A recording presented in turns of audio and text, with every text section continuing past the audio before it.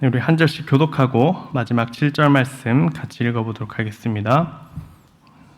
전에 고통받던 자들에게는 흑암이 없으리로다. 옛적에는 여호와께서 스불론 땅과 납달리 땅이 멸시를 당하게 하셨더니 후에는 해변길과 요단 저쪽 이방의 갈릴리를 영화롭게 하셨느니라.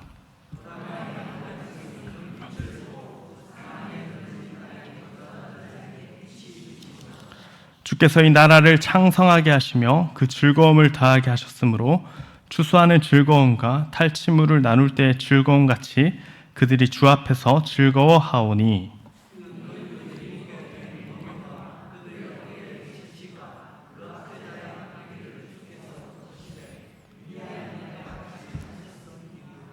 어지러이 싸우는 군인들의 신과 피 묻은 겉옷이 불의 섭같이 살라지리니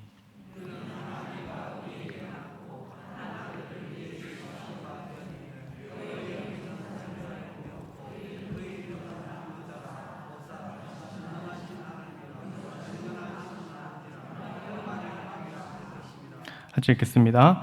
그 정사와 평강의 더함이 무궁하며 또 다윗의 왕자와 그의 나라에 군림하여 그 나라를 굳게 세우고 지금으로 영원히 정의와 공의로 그것을 보존하실 것이라. 만군의 여호와의 열심히 이를 이루시리라. 아멘. 오늘 이 말씀을 통해서 여호와의 열심히 이를 이루시리라 라는 말씀으로 하나님의 말씀을 나누도록 하겠습니다. 오늘 예배 나오신 성도님을 환영하고 축복합니다. 우리 옆지체에게 이렇게 인사해 볼까요? 잘 오셨습니다. 우리 한 번 더 인사할 때 축복합니다. 이렇게 인사해 주시기 바랍니다. 네. 잘 오셨고 축복합니다. 오늘 말씀을 통해서 하나님의 열심히 이를 이루시리라 라는 말씀의 제목으로 하나님의 말씀을 나누도록 하겠습니다. 하나님의 열심이 있습니다. 우리가 열심을 내는 것보다 하나님께서 열심을 다해서 하나님의 일을 이루어 가신다라는 것입니다. 이 하나님의 열심은 절대 실패가 없습니다. 또 후회가 없고 또 중간에 멈춰지는 것이 없습니다. 멈춰지는 것처럼 보이지만 하나님의 열심은 절대로 실패하지 않고 또 끊이지 않고 반드시 완성하는 하나님의 열심이 된다라는 것입니다. 하나님의 열심을 통해서 이루어지는 일은 부작용이 없습니다. 아무런 부작용이 없이 하나님께서 이루신다라는 것입니다.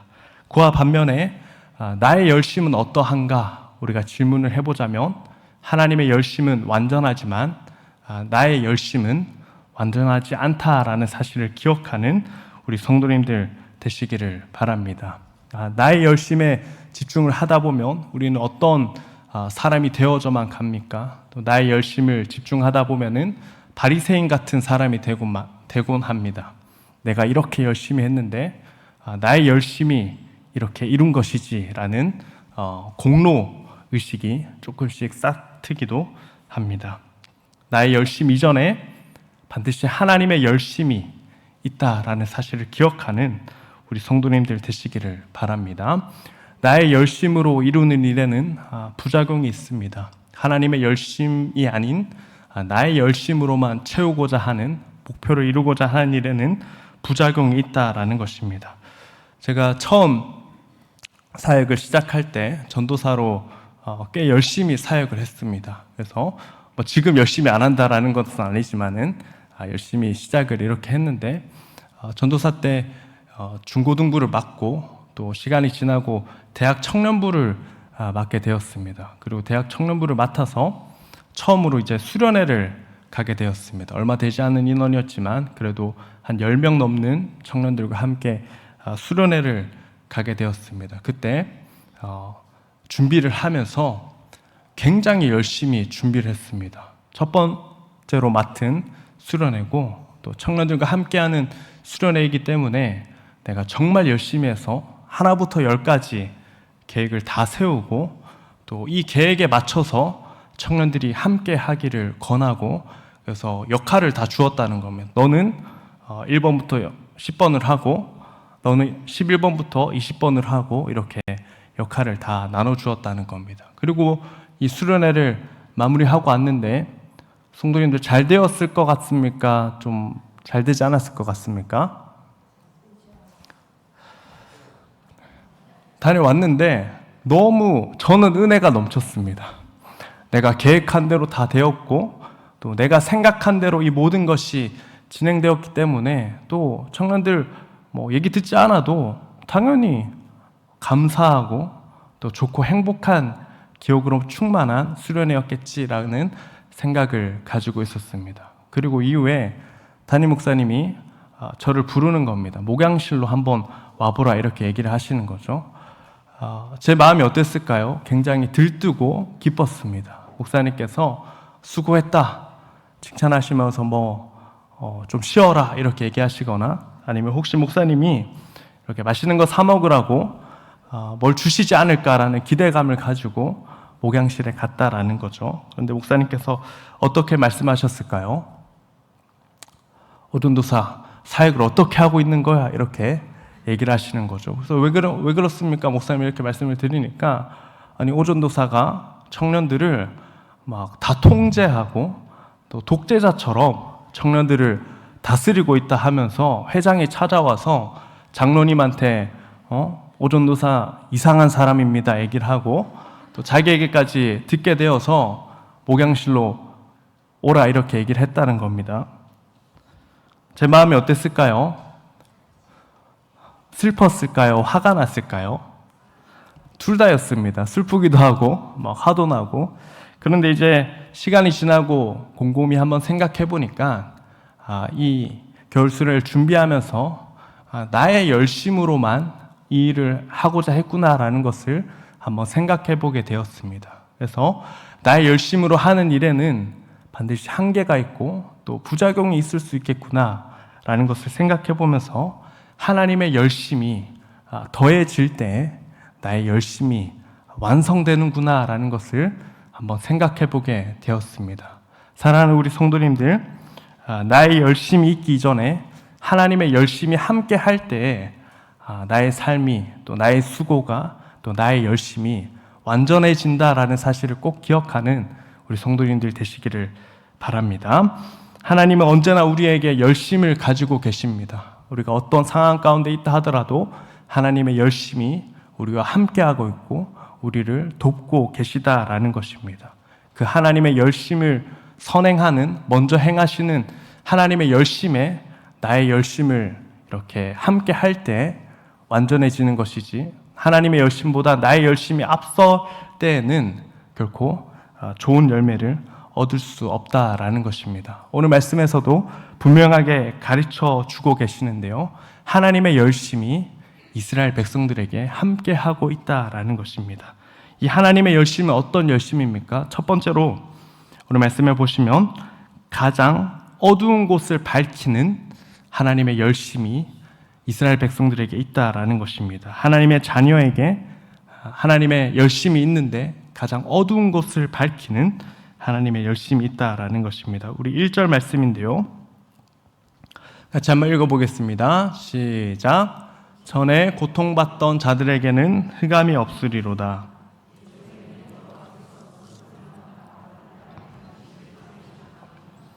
후에는 해변길과 요단 저쪽 이방의 갈릴리를 영화롭게 하셨느니라. 아멘.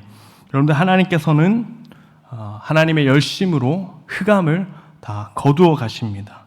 흑암이 머물러 있던 그 자리를 빛으로 비추시고 또 회복시키시는 하나님의 열심이 이스라엘 백성들에게 있는 것이고, 또 저와 여러분들에게도 동일하게 하나님의 열심이 주어지고 있다라는 사실을 꼭 기억하는 우리 성도님들 되시기를 바랍니다. 특별히 이 스불론과 납달리 땅에 하나님의 열심이 있다, 하나님께서 영화롭게 할 것이다 라고 말씀하시는데요, 우리 지도를 한번 보시면 조금 더 이해가 편하겠습니다. 여기 보시면 이스라엘 지파가 받은 땅인데요, 납달리와 스불론은 어디 있죠? 좀 위쪽에 있죠. 그래서 위쪽에 있는데, 이 납달리와 스불론은 어둠이 가득한 땅이라는 것을 말씀을 통해 알 수 있습니다. 또 왜 그런가 하냐면은 북이스라엘이 아수르 군대에 의해서 멸망당하게 될 때 첫 번째로 이렇게 공격당하고 공략당했던 이 지파의 땅이 납달리와 스불론 땅이라 할 수가 있겠습니다. 그러니까 얼마나 피폐하고 어둡고 상처가 가득한 땅이라는 것을 우리가 쉽게 짐작할 수 있는 것 아니겠습니까? 우리 임진왜란 때도 이 일본군이 부산 땅에 와가지고 이렇게 한양으로 진군을 했잖아요. 그때 이 부산의 기록을 보면은 굉장히 처참하게 부산이 초토화된 내용을 우리가 볼 수 있지 않습니까? 마찬가지로 이 스불론과 납달리 땅이 완전히 황폐한 그 땅인데 하나님께서 그 땅을 향해서 어떻게 말씀하십니까? 고통받던 이 땅에 흑암을 거두실 것이다 이렇게 말씀하시고, 또 이 갈릴리 땅을 영화롭게 하실 것이다 라고 말씀하신다라는 것입니다. 이를 통해서 하나님의 열심은, 또 하나님의 일하심은 가장 어두운 곳을 빛으로 비추시는, 또 어두운 곳을 밝히시는 하나님의 열심이 있다라는 사실을 우리가 반드시 기억해야 되겠습니다. 우리의 삶에 적용해보자고 한다면 나의 삶의 가장 어두운 부분을 하나님께서 빛으로 비추시고 다시 회복시켜 주시고, 또 하나님께서 도우시는 열심이 반드시 함께하고 있다라는 사실을 우리가 기억해야 된다라는 것입니다. 우리 말씀 가운데도 여러 사실을 알 수가 있는데, 하나님은 어두운 땅에 빛을 비추시고 또 하나님의 열심으로 회복시켜 주신다라는 것을 종종 보게 됩니다. 여기 스불론과 납달리 땅이 예수 그리스도의 사역의 시작점이 되죠. 하나님께서 영화롭게 하는 땅이 되고, 또 제자들을 부르시는 그 자리도 어딥니까? 땅이 우리 찬양도 부르잖아요. 갈릴리 마을 그 숲 속에서 이렇게 하지 않습니까? 그 지점이 갈릴리 땅이 되는 것이고, 변방이지만 중심부로 바꾸시고 하나님의 일을 이루시는 땅으로 하나님께서 변화시킨다라는 것입니다. 이를 통해서 하나님은 가장 어두운 것을 밝히시는 하나님이 되시고, 또 약한 것을 강하게 하시는 하나님의 열심이 있다라는 사실을 알 수가 있다라는 것입니다. 사랑하는 우리 성도님들, 우리의 삶의 가장 어두운 부분을 회복시켜 주시는 하나님의 열심이 있다라는 사실을 꼭 기억하는 우리 성도님들 되시기를 주님의 이름으로 소망합니다. 두 번째로, 이 하나님의 열심은 우리에게 어떤 것을 주십니까? 극적인 승리를 주시는 하나님의 열심이 있다라는 것입니다. 하나님의 열심은 우리에게 극적인 승리를 주신다라는 것입니다. 우리 4절 말씀인데요, 같이 한번 읽어보겠습니다. 이는 그들이 무겁게 맨 멍에와 그들의 어깨의 채찍과 그 압제자의 막대기를 주께서 꺾으시되 미디안의 날과 같이 하셨음이니이다. 아멘. 이 말씀을 통해서 하나님께서는 지금 어둠이 가득한 이스라엘 땅 가운데 승리를 주시겠노라라고 말씀하고 있다라는 것입니다. 특별히 4절의 말씀을 이스라엘 백성들이 들었을 때 두 가지 사건을 이렇게 기억하게 됩니다. 어떤 사건을 기억하게 되냐니까, 첫 번째로는 무겁게 맨 멍에와 어깨의 채찍과 압제자의 막대기를 하나님께서 꺾으신다라는 내용인데, 이 내용을 통해서 애굽 땅에 있었던 그 일을 떠올리게 되는 것입니다. 애굽 땅에서 그들이 겪었던 고통, 또 멍에, 채찍, 하나님께서 거두어 주신다라는 것이죠.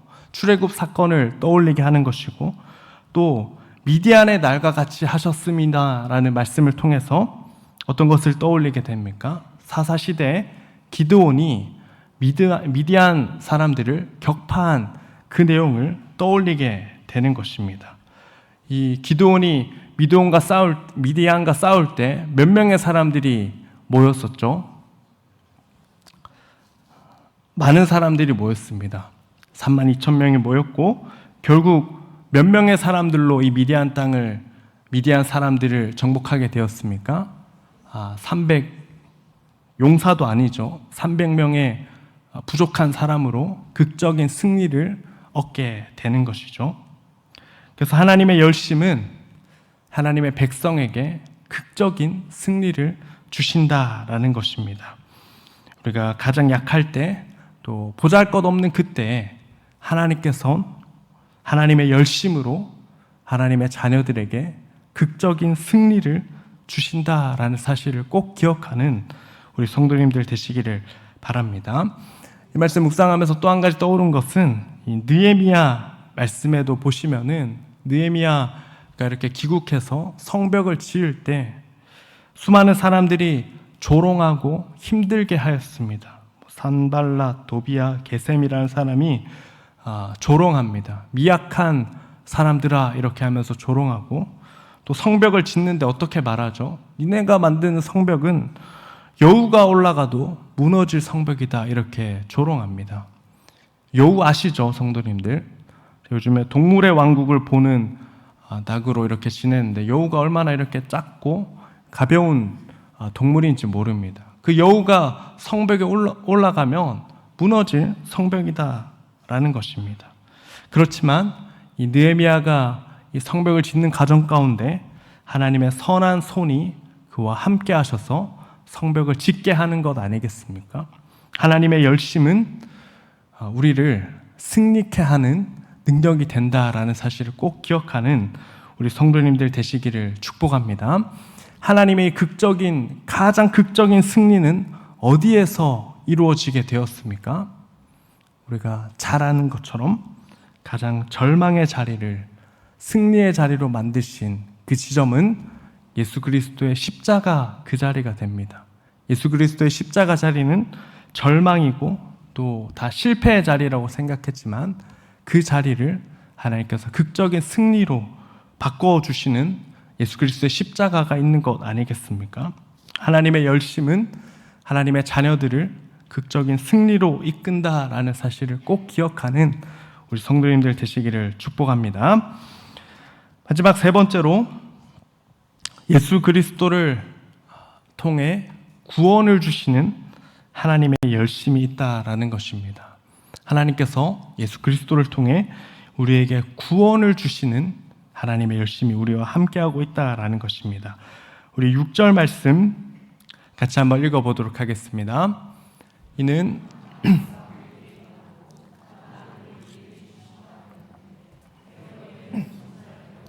그의 이름은 기묘자라 모사라 전능하신 하나님이라 영존하시는 아버지라 평강의 왕이라 할 것임이라. 아멘. 하나님의 열심은 이제 한 아들을 주셔서 이스라엘 백성들을 구원하고 돕겠다라고 말씀하시는데, 이 아들이 아하스의 아들 히스기야를 또 의미할 수 있지만 궁극적으로는 우리 하나님의 아들 예수 그리스도를 통해 하나님의 자녀들에게 구원을 주시는 것을 예표하고 우리에게 보여주는 내용입니다.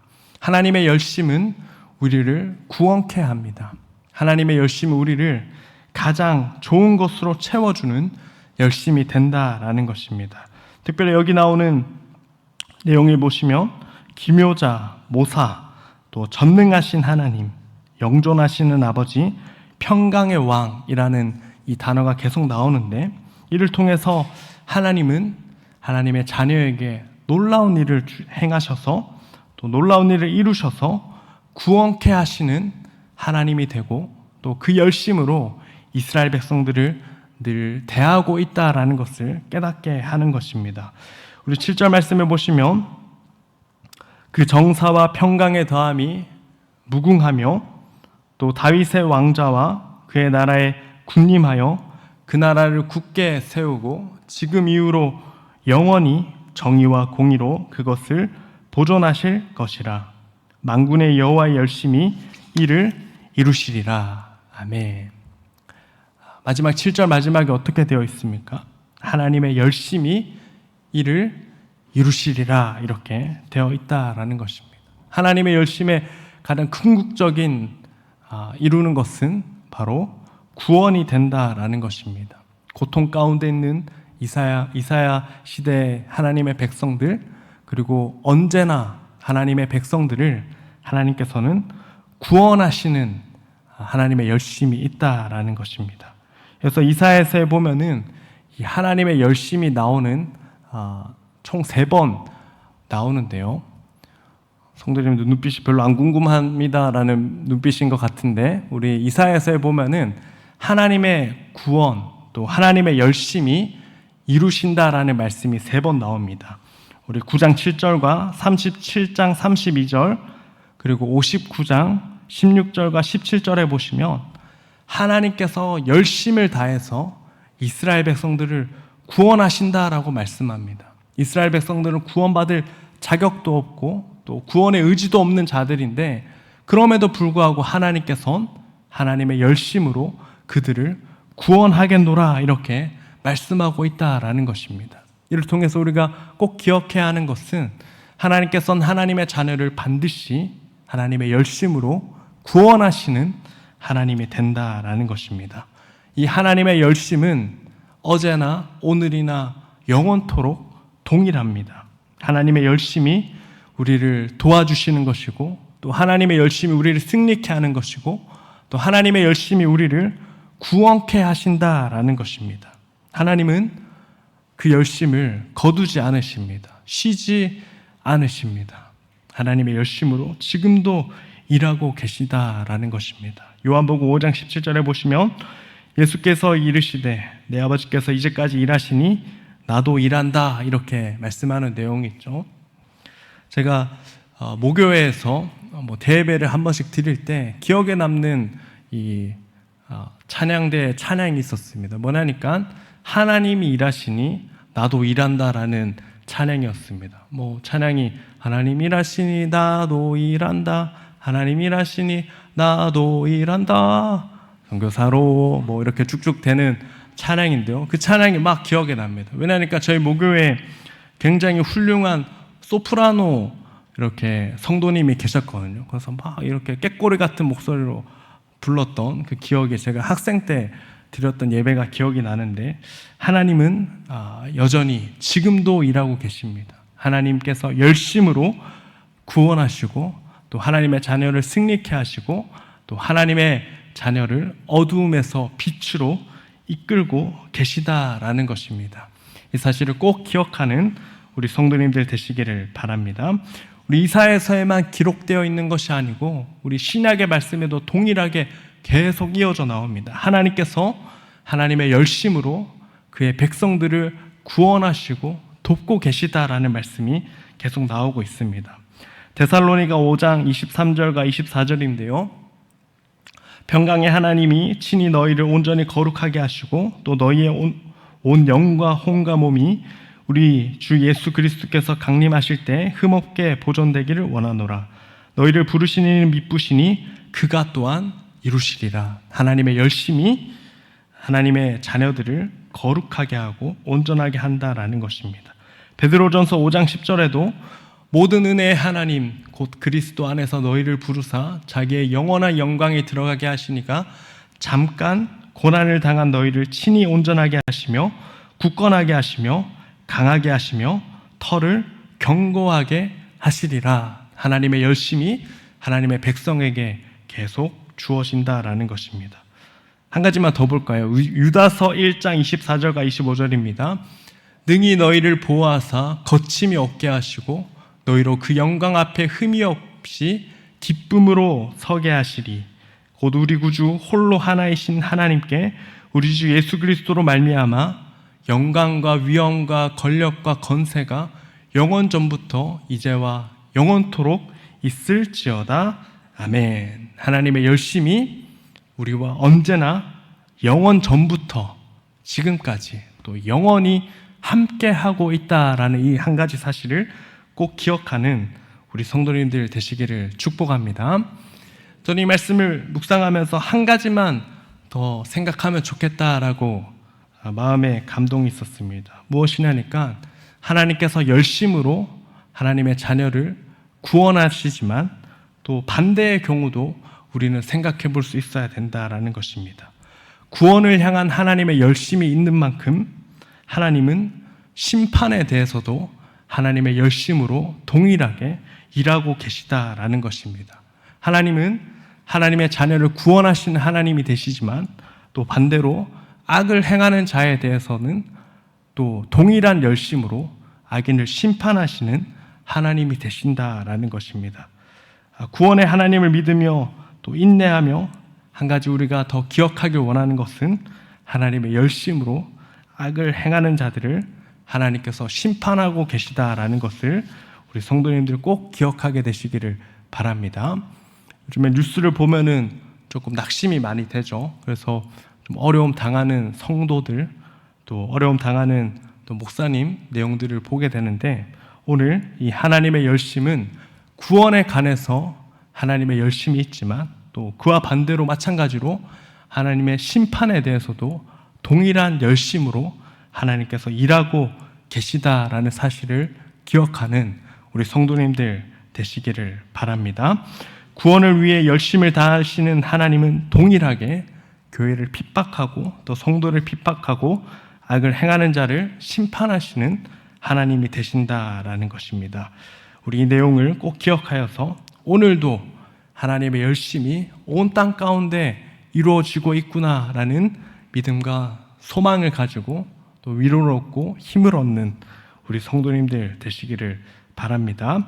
하나님은 여전히 하나님의 열심으로 일하셔서 어두운 곳을 또 밝히시고 또 놀라운 승리를 주시고 구원을 주시는 하나님이 되시는 줄 믿습니다. 우리 말씀을 통해서 나의 열심이 아닌 하나님의 열심을 기대하고 또 하나님의 열심을 기대어 힘차게 믿음 가운데 늘 거하는 우리 성도님들 되시기를 주님의 이름으로 소망합니다.